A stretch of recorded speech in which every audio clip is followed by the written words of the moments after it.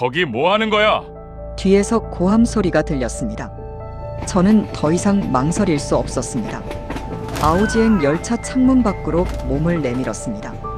아래는 깜깜한 산속이었고 열차는 여전히 달리고 있었습니다. 뛰어내리면 죽을 수도 있었습니다. 하지만 이대로 아오지에 도착하면 영원히 돌아올 수 없다는 걸 알았습니다. 군인이 달려오는 발소리가 점점 가까워졌습니다. 저는 눈을 감았습니다. 그리고 뛰어내렸습니다. 과연 무엇이 이 어린 소녀를 목숨을 건 탈출로 내몰았을까요?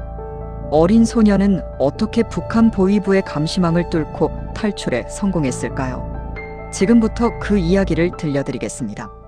이야기를 시작하기 전 무료로 누를 수 있는 구독과 좋아요를 눌러주시면 매일 마음을 울리는 탈북 이야기를 들으실 수 있습니다.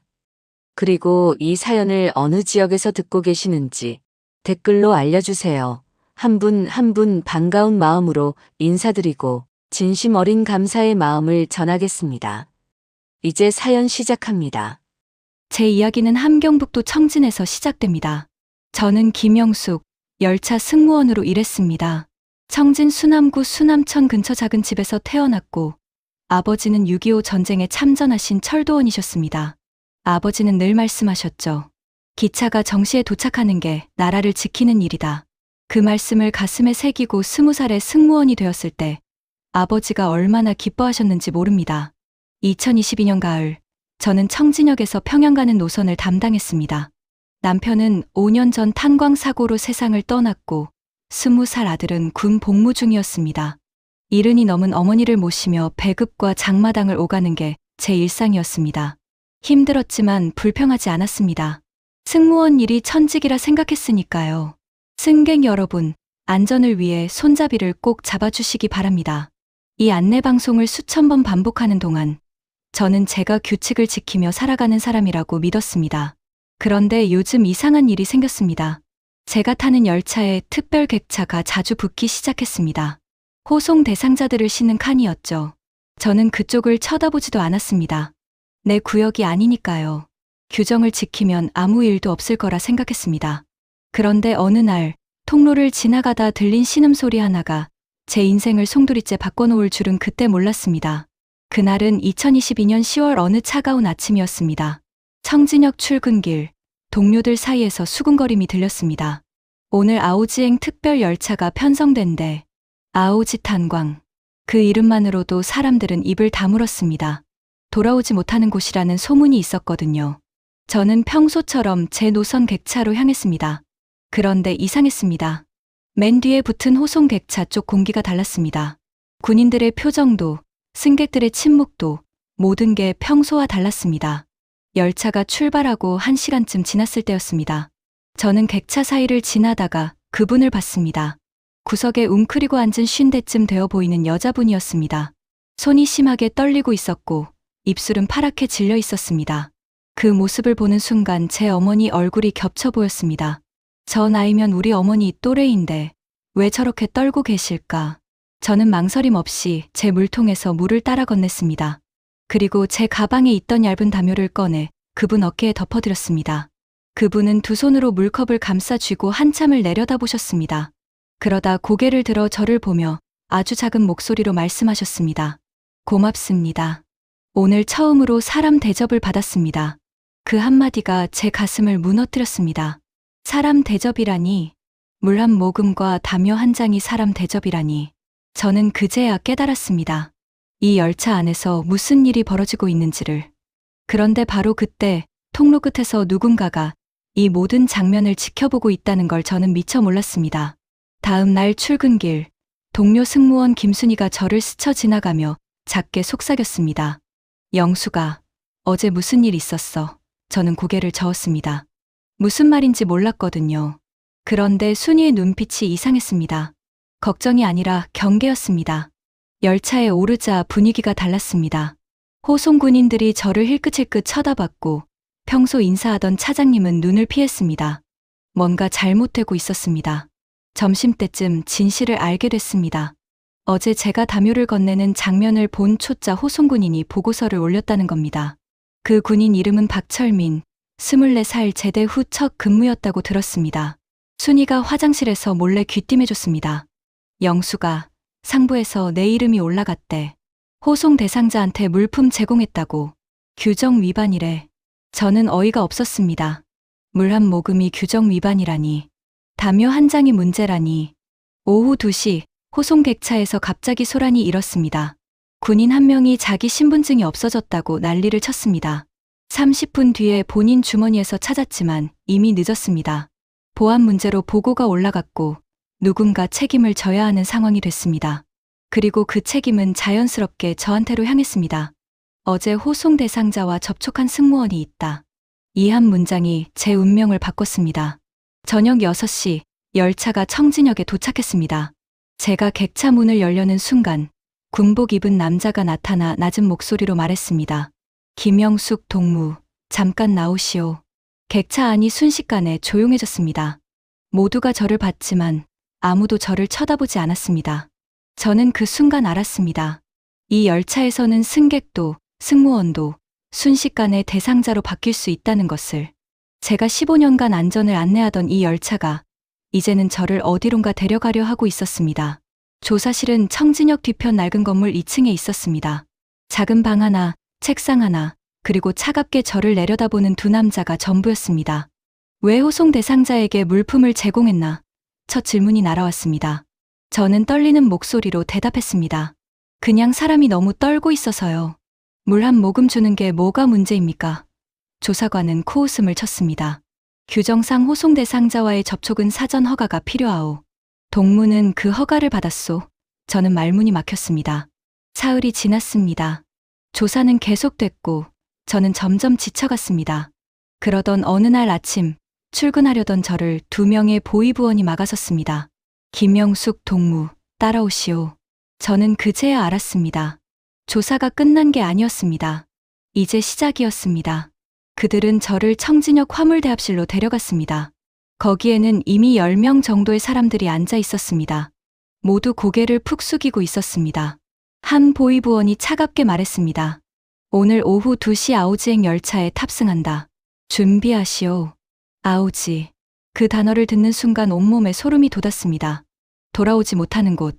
사람들이 그렇게 부르는 곳. 15년간 승무원으로 일하면서 그 열차를 수없이 봤지만 제가 그 안에 타게 될 줄은 몰랐습니다. 저는 떨리는 손으로 보위부원에게 물었습니다. 저는 언제 돌아올 수 있습니까? 그는 대답하지 않았습니다. 그 침묵이 답이었습니다. 오후 2시 저는 열차에 올랐습니다. 제가 15년간 안내방송을 하던 그 열차였습니다. 하지만 이번에는 승무원이 아니라 죄수로 탔습니다. 호송객차는 좁고 어두웠습니다. 창문에는 철창이 쳐져 있었고 양쪽 끝에 무장한 군인이 서 있었습니다. 저는 구석 자리에 앉았습니다. 바로 제 옆자리에 그분이 앉아 계셨습니다. 제가 물과 담요를 드렸던 그 50대 여자분이었습니다. 우리는 서로를 봤지만 아무 말도 하지 못했습니다. 말할 필요도 없었습니다. 우리는 이미 알고 있었습니다. 이 열차가 어디로 가는지를. 열차가 출발했습니다. 덜컹거리는 소리가 귓전을 때렸습니다. 창밖으로 청진 시내가 보였습니다. 수남천이 보였습니다. 어머니가 계신 우리 집 방향이 보였습니다. 저는 그때 깨달았습니다. 이대로 가면 저는 다시는 어머니를 볼 수 없습니다. 다시는 아들을 볼 수 없습니다. 다시는 제 이름으로 살 수 없습니다. 그 순간 제 머릿속에 한 가지 생각이 스쳤습니다. 지금이 아니면 기회는 없다. 열차는 청진을 떠나 북쪽으로 달렸습니다. 아오지까지는 6시간 거리였습니다. 저는 창밖을 보며 계속 생각했습니다. 어떻게 해야 하나? 어떻게 살아남을 수 있나? 호송 군인은 2명이었습니다. 한 명은 문 앞에, 한 명은 객차 중간에 서 있었습니다. 그들은 교대로 졸고 있었습니다. 밤새 근무했는지 피곤해 보였습니다. 오후 5시쯤 해가 지기 시작했습니다. 열차는 산속을 달리고 있었습니다. 양쪽으로 나무들이 빽빽했습니다. 속도가 조금 느려졌습니다. 오르막길이었습니다. 저는 슬쩍 주변을 살폈습니다. 문 앞에 군인이 고개를 떨구고 있었습니다. 중간에 군인은 담배를 피우러 복도로 나갔습니다. 바로 지금이었습니다. 저는 조용히 일어섰습니다. 옆자리 그 여자분이 저를 봤습니다. 눈빛으로 묻는 것 같았습니다. 어디 가시려고요? 저는 작게 고개를 저었습니다. 그리고 창문 쪽으로 천천히 걸어갔습니다. 심장이 터질 것 같았습니다. 10걸음, 5걸음, 3걸음. 창문 손잡이에 손이 닿았습니다. 철창이 있었지만 아래쪽은 조금 헐거웠습니다. 오래된 열차라 그런지 녹이 슬어 있었습니다. 저는 힘을 주어 철창을 흔들었습니다. 삐걱거리는 소리가 났습니다. 너무 컸습니다. 저는 멈췄습니다. 뒤를 돌아봤습니다. 문 앞 군인이 여전히 고개를 떨구고 있었습니다. 다시 힘을 주었습니다. 철창이 조금 벌어졌습니다. 조금만 더, 조금만 더. 땀이 등을 타고 흘렀습니다. 그리고 마침내 철창 한쪽이 빠졌습니다. 창문을 열었습니다. 차가운 바람이 얼굴을 때렸습니다. 아래를 내려다봤습니다. 열차는 여전히 달리고 있었습니다. 속도는 느렸지만 그래도 빨랐습니다. 뛰어내리면 다칠 게 분명했습니다. 어쩌면 죽을 수도 있었습니다. 하지만 이대로 아오지에 가는 것보다는 나았습니다. 저는 배낭을 꽉 붙잡았습니다. 아버지 사진이 들어있는 배낭이었습니다. 거기 뭐 하는 거야? 뒤에서 고함 소리가 들렸습니다. 복도에서 돌아온 군인이었습니다. 그가 달려오기 시작했습니다. 저는 더 이상 생각할 시간이 없었습니다. 창문 밖으로 몸을 내밀었습니다. 그리고 뛰어내렸습니다. 몸이 공중에 떴습니다. 그 짧은 순간 저는 어머니의 얼굴이 보였습니다. 아들 얼굴이 보였습니다. 그리고 땅에 부딪혔습니다. 엄청난 충격이 온몸을 흔들었습니다. 저는 대굴대굴 굴렀습니다. 나무에 부딪히고 돌에 긁히고 풀을 뜯으며 굴렀습니다. 그리고 멈췄습니다. 정신을 차렸을 때는 어둠이었습니다. 온몸이 아팠습니다. 왼쪽 어깨가 특히 심하게 아팠습니다. 움직일 수가 없었습니다. 저는 풀숲에 누워 숨을 헐떡였습니다. 멀리서 열차 소리가 들렸습니다. 제가 타고 있던 그 열차가 계속 북쪽으로 달려가고 있었습니다. 저 없이 말이죠. 저는 살았습니다. 뛰어내렸는데 살았습니다. 하지만 기쁨은 잠깐이었습니다. 곧 추격이 시작될 것이었습니다. 열차가 다음 역에 도착하면 신고가 들어갈 것이고 보위부가 이 일대를 수색할 것이었습니다. 저는 일어나려고 했습니다. 왼팔을 움직일 수 없었습니다. 탈골된 것 같았습니다. 저는 이를 악물고 오른손만으로 일어섰습니다. 배낭은 다행히 제 옆에 있었습니다. 배낭을 열어봤습니다. 아버지 사진은 무사했습니다. 옥수수는 반쯤 쏟아졌지만 조금은 남아 있었습니다. 어디로 가야 할까요? 저는 주변을 둘러봤습니다. 산이었습니다. 나무가 빽빽한 산속이었습니다. 남쪽으로 가면 청진입니다. 하지만 청진에는 돌아갈 수 없었습니다. 북쪽은 아오지 방향입니다. 그것도 안 됩니다. 동쪽으로 가면 두만강이 있습니다. 중국이 있습니다. 저는 동쪽을 향해 걷기 시작했습니다. 밤새 걸었습니다. 달빛도 없는 캄캄한 밤이었습니다. 넘어지고 또 넘어졌습니다. 왼팔은 축 늘어져 있었고 다리에서는 피가 흘렀습니다. 하지만 멈출 수 없었습니다. 멈추면 죽는다는 걸 알았습니다. 새벽이 되자 추위가 뼈를 파고들었습니다. 11월 산속은 생각보다 훨씬 추웠습니다. 저는 떨면서 계속 걸었습니다. 사흘째 되던 날, 저는 작은 마을을 발견했습니다. 국경 근처 마을 같았습니다. 민가 몇 채가 보였습니다. 저는 조심스럽게 다가갔습니다. 한 집 뒤편에 빨랫줄이 보였습니다. 옷이 걸려 있었습니다. 저는 죄송한 마음으로 두꺼운 외투 하나를 집어들었습니다. 생존을 위해 도둑이 된 것입니다. 그리고 다시 산으로 들어갔습니다. 닷새째, 저는 강 소리를 들었습니다. 두만강이었습니다. 드디어 도착한 것입니다. 하지만 문제가 있었습니다. 강 주변에 순찰대가 보였습니다. 철조망도 보였습니다. 낮에는 건널 수 없었습니다. 저는 숲속에 숨어 밤을 기다렸습니다. 배낭에 남은 옥수수를 조금 씹었습니다. 물은 이틀 전부터 떨어졌습니다. 입술이 바짝 말랐습니다. 하지만 참아야 했습니다. 조금만 더 버티면 됩니다. 밤이 됐습니다. 저는 강가로 내려갔습니다. 물에 발을 담갔습니다. 뼈를 애는 추위였습니다.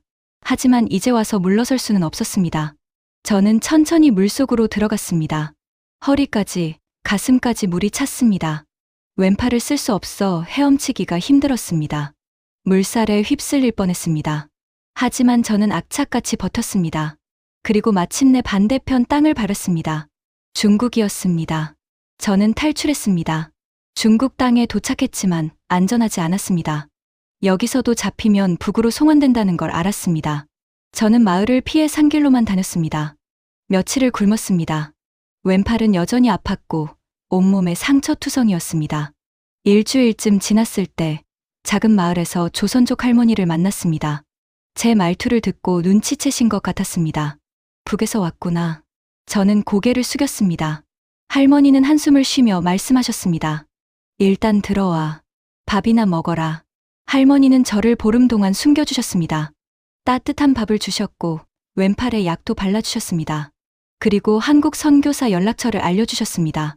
이분들한테 연락해봐. 남쪽으로 가는 길을 도와주실 거야. 저는 할머니 손을 꽉 잡았습니다. 은혜 꼭 갚겠습니다. 할머니는 고개를 저으셨습니다. 다 같은 민족인데 뭘. 그냥 잘 살아라. 선교사님을 만났습니다. 그분은 저를 안전가옥으로 데려가 주셨습니다. 거기에는 저처럼 탈북한 사람들이 여럿 있었습니다. 우리는 서로의 사연을 나누며 위로했습니다. 석 달 뒤 남쪽으로 가는 길이 열렸습니다. 라오스를 거쳐 태국으로 가는 길이었습니다. 긴 여정이었습니다. 차를 타고 걷고 또 숨어서 이동했습니다. 2023년 6월 저는 태국 한국 대사관에 도착했습니다. 저 대한민국 국민입니다. 도와주세요. 그 말을 하는 순간 눈물이 쏟아졌습니다. 직원분이 따뜻하게 말씀하셨습니다. 이제 안전합니다. 곧 한국으로 가실 수 있어요. 저는 그제야 살았다는 걸 실감했습니다. 2023년 7월, 저는 인천공항에 도착했습니다. 태극기가 보이는 순간 가슴이 벅찼습니다. 하나원에서 석 달간 교육을 받고 서울 구로구의 작은 집을 얻었습니다. 24시간 편의점, 자유롭게 다니는 사람들, 모든 게 신기했습니다. 저는 지하철 청소 일을 시작했습니다. 힘들었지만 행복했습니다. 일할 수 있다는 게, 자유롭게 살 수 있다는 게 감사했습니다. 어느 날 복지관에서 봉사활동을 하게 됐습니다. 독거 어르신 댁을 방문하는 일이었습니다. 추운 겨울날, 한 할머니가 추위에 떨고 계셨습니다. 저는 가방에서 담요를 꺼내 할머니께 덮어드렸습니다. 할머니가 제 손을 잡으며 말씀하셨습니다. 고맙구나. 따뜻하네. 그 순간 저는 열차 안 그분이 떠올랐습니다. 담요 한 장이 제 인생을 바꿨듯이 이제는 제가 누군가를 따뜻하게 할 차례였습니다. 밤이면 창밖을 봅니다. 서울 야경이 반짝입니다. 하지만 제 마음은 늘 북쪽을 향합니다. 어머니, 아들아, 조금만 기다려. 통일이 되면 꼭 다시 만나자. 우리 다시 만날 수 있을 거야. 자유는 공짜가 아니었습니다. 하지만 그 대가를 치르고서라도 지킬 만한 가치가 있었습니다. 저는 오늘도 살아갑니다. 자유로운 이곳에서 말입니다.